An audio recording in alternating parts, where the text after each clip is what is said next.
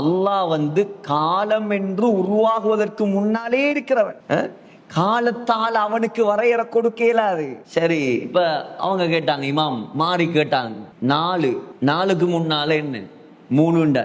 சரி, 3க்கு முன்னால என்ன? 2. 2க்கு முன்னால என்ன? 1. 1க்கு முன்னால என்ன? 1க்கு முன்னால ஒன்றும் இல்லைண்டா.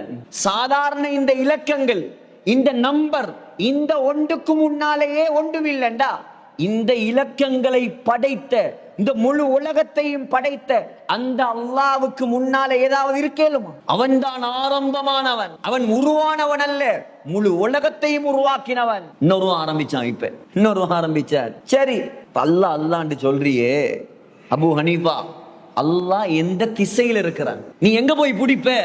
அல்லாஹ்வை எங்க போய் பிடிப்ப? எங்க தொடுவ?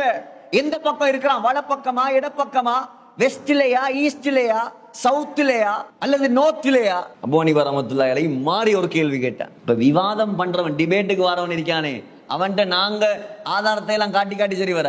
அவன் கேள்வி கேட்டா நாங்க ஒரு கேள்வி கேட்கணும், அவன்கிட்ட வாயை மூடுற மாதிரி. அவ்வளவு பெரிய திறமை அல்லாஹ் இமாமுல் ஆலம் அபூ ஹனீஃபா கொடுத்திருந்தான்.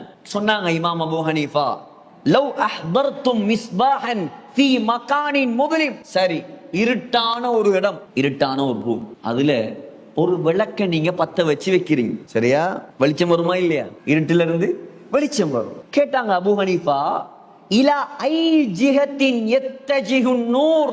கேட்டாங்க, எந்த திசையில வெளிச்சம் இருக்கும் கேட்டாங்க. ஒரு இருட்டான இடத்துல விளக்க பத்த வச்சு வச்சா எந்த திசையில வெளிச்சம் இருக்கும்?